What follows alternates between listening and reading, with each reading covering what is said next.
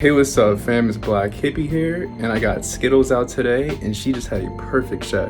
So today what we're gonna do is we're gonna kind of talk about her, kind of go over, how she's looking and how she's changing a little bit. And also we're gonna go ahead and clean her enclosure because it's about that time. Plus we're also gonna wrap it up with the feeding. So that's the plan today. If you're interested, be sure to tap in. All right, fam. So this here is Skittles. She is a Brazilian rainbow boa, for those who don't know. The reason why they call them rainbow boas is because of the awesome, cool rainbow iridescence that they do have. Yeah, so here you go. I've had her for about 6 months now, and she's doing really well. Like I said, I've had her about 6 months now, and she's definitely gotten a lot bigger since the last time I've shared it with you guys. I bumped her up on, on a better, I bumped her up on a bigger mill. Before she was kind of on smaller mice. Now I put her on medium adult mice. So yeah, that's her. Nice little look on her. Her iridescence is insane today. All right, cool. So we're gonna put her up. Actually, no, hold on. Before I do that, I just want to kind of share her sides there. Dude, if you look at her sides, it's like becoming more black. You can see that. Yeah, she's just really beautiful. And it's just like her colors are kind of changing. I've noticed that. So I'm trying to say like the black right here, you'll see like, right on the camera really can pick it up, but the black has just like come out more, whereas before it was kind of like a little more white in those areas, if that makes any sense. So yeah, this is Skittles once again. Probably see the iridescence a little bit better that way.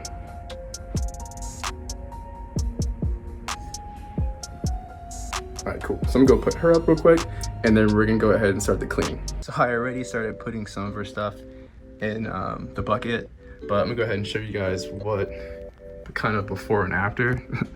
So this is pretty much the before. That's what it looked like before. I mean, it doesn't smell too bad in here, but I don't know, it's been about, I want to say like 6 weeks since the last time I cleaned her enclosure, so it's definitely about that time. But this particular mix that I do, it works really well and it lasts quite some time. Now I'm gonna finish cleaning the rest of it, and I'll show you guys what the after looks like. Okay, so I showed you guys the before, and this is the after. And so, fresh, clean, new enclosure, and then, see, 99%, boom, all right? And so, yeah, now I'm gonna go put Skittles inside.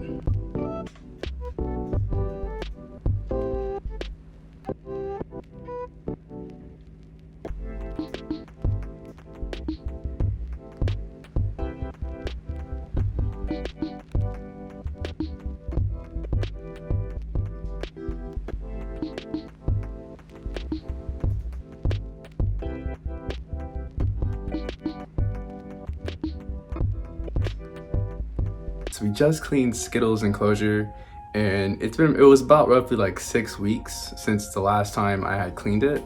And just kind of cool thing is just like that substrate mix that I do, I always kind of promote this, I feel like, or I feel like I always say this because it's just really important, and the substrate is just awesome. So yeah, once again, it's just cypress mulch mixed with sphagnum moss, and then the last thing is jungle mix. So you just, a third of each, right, ingredient, add some water, mix it all up, voila, So if you have a Brazilian rainbow boa, I definitely advise you to do that. And then once you notice your substrate beginning to kind of lose humidity, what I do is put really a cup of water in there, and I'll just mix it up with my bare hand, again, the same way I did it when I was applying it the first time, right? Cool, so now we're gonna go ahead with the feeding. We're gonna go ahead and feed Skittles. Granted, this is 2 hours after the last time I held her. I don't feed my snakes right after handling them. Typically, it's not a good thing to do. So just best practices, I don't do that. Some people do, I mean, that's their prerogative. But anyway, so I usually just wait like 2 hours roughly. So yeah, we've waited that time period. And so now we're gonna go ahead and feed Skittles. Enjoy.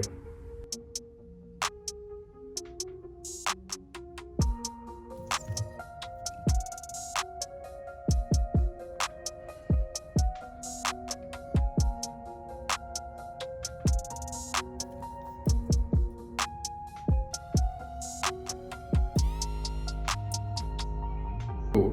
So Skittles just ate, and today I fed her 2 small mice because typically now I've bumped her up a little bit. The place I typically go to ran out of medium size, the correct size I get for her. So because of that, I had to, just improvise, and I just fed her 2 small mice.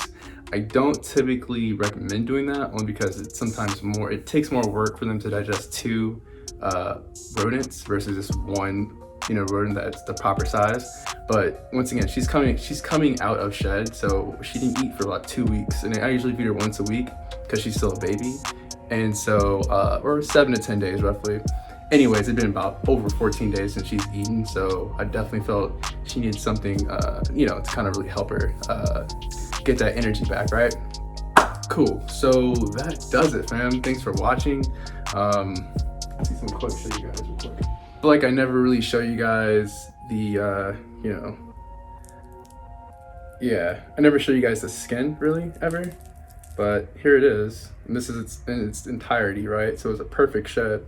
I usually throw it away because this stuff is pretty gross to me, to be honest with you guys.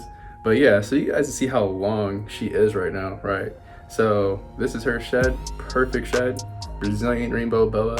So a lot of people will say humidity is so hard to keep. They'll say, oh, humidity is so hard to keep with the Brazilian rainbow boa, or people will say it's impossible to keep one in a glass enclosure. That's not true. So I think, obviously if you just modify your enclosure, if it's a glass enclosure, just modify with some plexiglass on top, and then that substrate mix I was telling you about pretty much, and I usually black out the sides as well, kind of calms down all my snakes. They're less stressed out during the day. I notice when you do that. So when you're using glass enclosures. Anyways, main point is that if you want a Brazilian rainbow boa, you don't have to really, be afraid. I mean, as long as you do your homework, right, do your research, obviously, but with the right substrate mix, it'll make your life so much easier. And another thing too, if you clean your snake enclosures and you're tired of running out of paper towels, I know that when I first started collecting snakes, I was, misting down their enclosure all the time because I didn't understand humidity as well as I understand it today.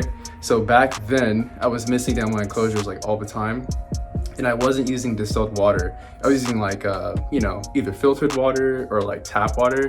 No, not tap water ever. It was really filtered water. So I was using filtered water or spring water, stuff like that. It wasn't distilled water. So my point is when you use other water besides distilled water, you're gonna get those watermarks, right? Those watermarks are so hard to get off. I swear. There were days back in the day, I would spend hours cleaning my enclosures because literally most of the time I'd be trying to get that, the grit, that water grit off of my enclosures, especially done with glass, right?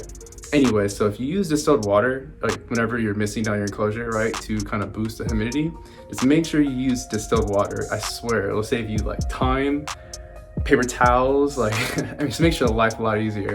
So I do that all the time with my enclosures, and I'm able to, clean them way quicker.